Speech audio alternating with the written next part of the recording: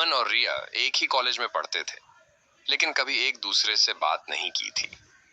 अमन हमेशा उसे दूर से देखता और मुस्कुराता था, लेकिन हिम्मत कभी नहीं जुटा पाया। रिया बहुत खुशमिजाज और चुलबुली थी। उसकी हंसी अमन के दिल को छू जाती थी। एक दिन अचानक रिया क्लास में नहीं आई। अमन को अजीब सा महसूस हुआ। अगले दिन भी रिया नहीं आई।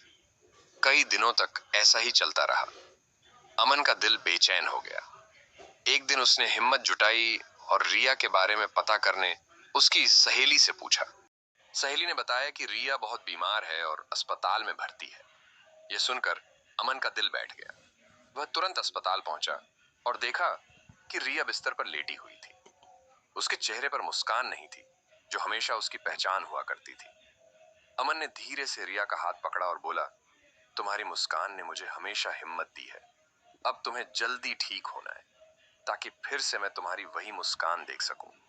रिया की आंखों में आंसू आ गए, लेकिन इस बार उन आंसुओं में दर्द नहीं, प्यार था। अमन ने महसूस किया कि उसका प्यार सिर्फ देखने तक सीमित नहीं था, बल्कि अब वो उसकी जिम्मेदारी भी बन चुका था। कुछ ही हफ्तों बाद रिया धीरे धीरे ठीक होने लगी।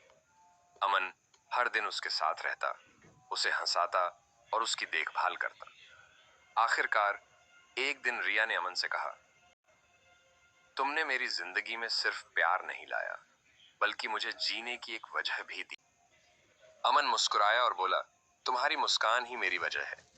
ये सुनकर रिया ने हल्की सी मुस्कान दी और उनके बीच एक नया सफर शुरू हुआ, जो प्यार और विश्वास पर आधारित